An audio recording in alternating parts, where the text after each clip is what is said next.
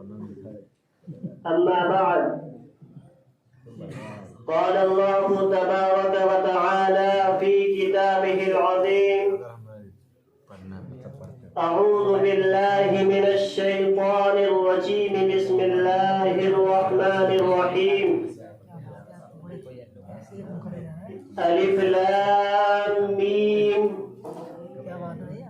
ذلك الكتاب لا ريب فيه هدى للمتقين. یہ نغمہ فصل غل لال کا نہیں پابند، یہ نغمہ فصل غل لال کا نہیں پابند، بہار ہو کے خزاں لا الہ الا اللہ۔ اسٹیج پر تشریف فرما معزز و محترم علماء کرام اور رواقِ ابو الحسن کے سپوتوں،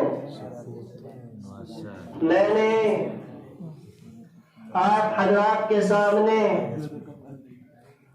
قرآن پاک کی ایک چھوٹی سی آیت تلاوت کی ہے اور علامہ اقبال علیہ الرحمہ کا ایک شعر بھی پیش کیا ہے۔ ان کا لب لباس اور خلاصہ یہ ہے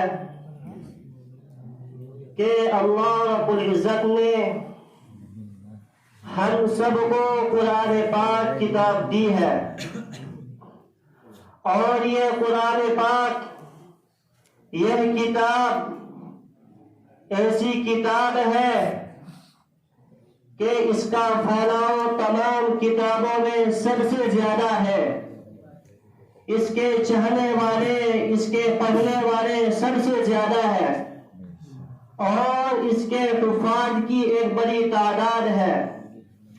اس قرآن پاک کی انگنت تراجیم ہے، غرض یہ کہ تؤتی اکلہا کل حین بإذن ربہا ویضرب اللہ الامثال للناس لعلہم یتذکرون۔ اس قرآن کا پھیلاؤ سب سے زیادہ ہے، اس قرآن کے چاہنے والے سب سے زیادہ ہے، اور اس کی حفاظت کی ذمہ داری اللہ رب العزت نے لی ہے۔ قرآن پاک گویا ہے اِنَّا نَحْنُ نَزَّلْنَا الذِّكْرَ وَإِنَّا لَهُ لَحَافِظُونَ، کہ ہم نے ہی اس قرآن پاک کو نازل کیا ہے اور ہم ہی اس سے محافظ ہیں، اور ہم ہی اس سے محافظ ہیں۔ یاد رکھیے اس وقت کو جب یہ قرآن پاک نازل ہوا، وہ وقت کیسا تھا، وہ دور کیسا تھا۔ اس وقت عربی کا ڈنکا بج رہا تھا، وہ لوگ قدامہ بھی تھے، ان لوگوں میں شعراء بھی موجود تھے، ان کی چھوٹی سے چھوٹی بچی بھی اور چھوٹے سے چھوٹا بچہ بھی شعراء کی، ادباء کی مجلسوں میں خیبر مشاعرہ کرتے تھے۔ وہ لوگ اپنی زبان کے مالک تھے، ان لوگوں کو اپنی زبان پر ناز تھا۔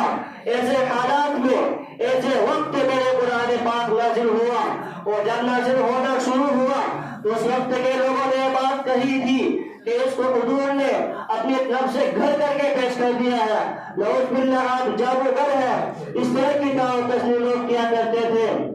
قرآن نے ان لوگوں کو چیلنج کیا، اگر تمہارے میں ہمت ہے تم اکیڈمی بنا لو، تم کانفرنس قائم کر لو، تم جلسے منعقد کر لو، تمام مخلوقات اکٹھا ہو جائے، اس جیسا قرآن بنا کر کے پیش کر دو۔ ان لوگوں کو صاف سنایا، یہاں تک کہ قرآن نے ان لوگوں کو چیلنج کیا، اگر آپ پورا قرآن پیش نہیں کر سکتے تو کم سے کم کوئی ایک سورت ہی بنا کر کے پیش کر دو۔ ان لوگوں کو صاف سنایا، وہی جیسا قرآن پیش نہ کر سکے۔ ایسا کیوں تھا؟ کیونکہ اللہ رب العزت کا آخری کلام تھا، رہتی دنیا تک کے لیے آیا تھا، محسن انسانیت پر اس کو نازل کیا گیا تھا۔ میرے بھائیوں، یہ سچی کتاب ہے، قرآن پاک گویا ہے لا یأتیہ الباطل من بین یدیہ ولا من خلفہ تنزیل من حکیم حمید۔ اس قرآن پاک میں چینجنگ کسی بھی طرف سے، کسی بھی نوعیت سے نہیں ہو سکتی۔